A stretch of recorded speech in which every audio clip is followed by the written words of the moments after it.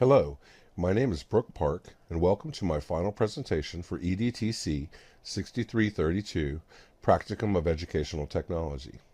This is my keystone project for my master's degree in Educational Technology from the University of Texas at Brownsville.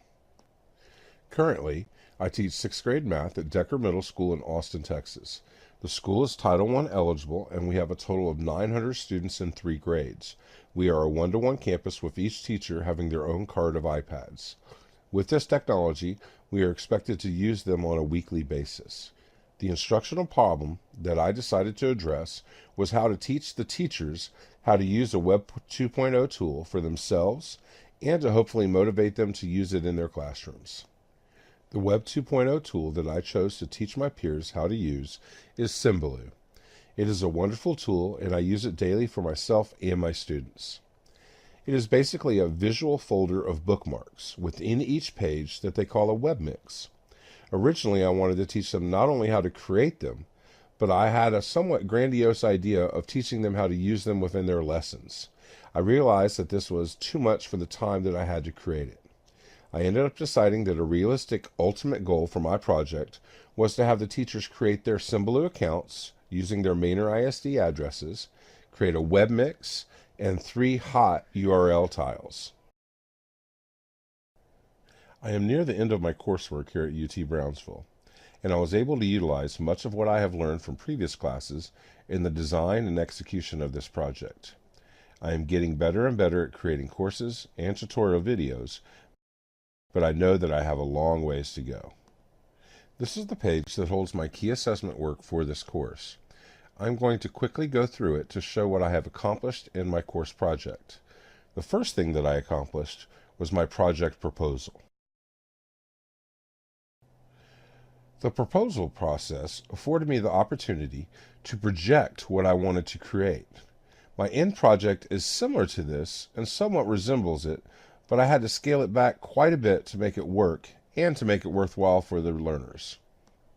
One example of how the end product differs with the initial plan was I had originally planned on the learners taking a quiz at the end of each module. I ended up taking out the quizzes because they did not seem worthwhile for the learners to do. Putting this proposal together took longer than I expected, but I was relatively pleased with the end product.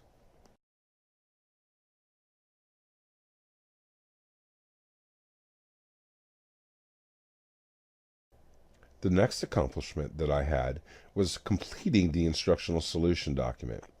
This part of the project was not easy for me to do and took a really long time. I kept on wanting to go straight to the actual solution. The examples given on the course seemed so different from each other that I was confused by them. Eventually I got it together and was able to put out a pretty good document, if I do say so myself. One of the things that I learned about myself through the creation of this document and this project was that I work well with structure.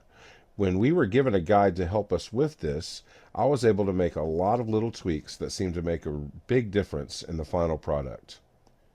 I also struggled mightily with balancing my personal, professional, and academic obligations. But that is nothing new, and with a 9-month-old son, it is surely worth it.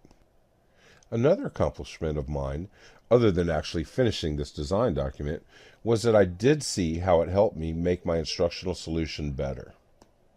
Now it is the time that we've all been waiting for. I'm going to go ahead and show you all my instructional solution.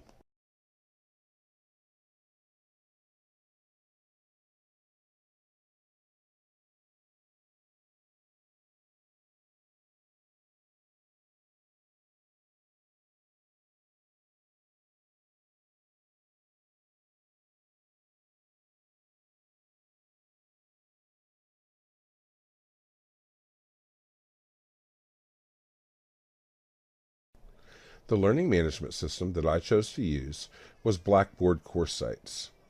I have used it for a number of courses and am fairly comfortable with it. Now let us go ahead and log in.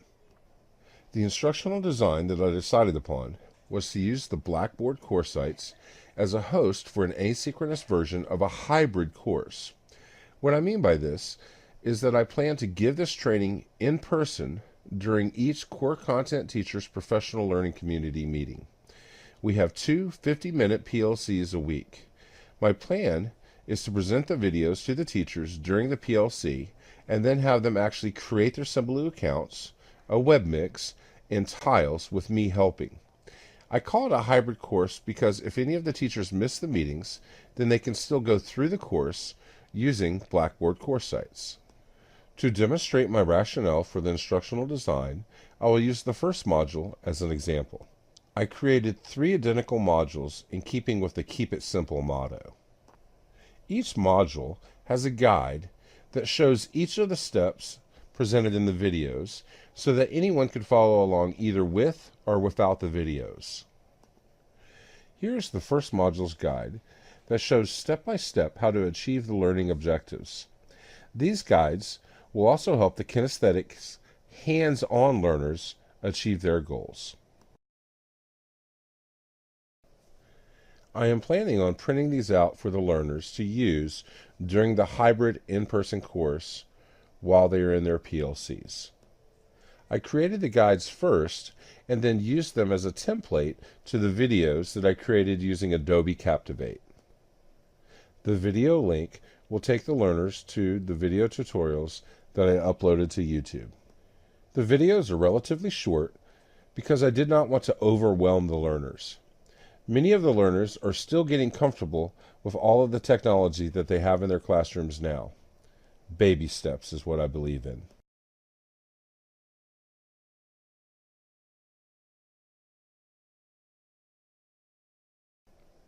My reason for using the videos was that I wanted something that I could pause, or they could pause, during the in-person course so that I could assist the learners and so that anyone that missed it could take the course asynchronously. One of the things that I learned in creating this project was that I could use the tools within YouTube to create closed captioning for the videos to make my course 508 compliant.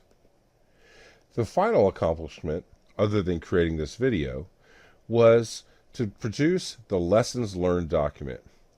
This actually flowed pretty smoothly for me, but again, that I found that I needed some type of template for myself to make it easier.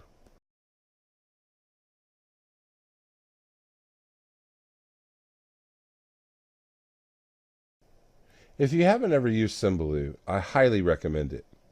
Well, we are at the end of my final presentation of my Keystone project for EDTC 6332. Thank you for watching and have a wonderful Christmas break.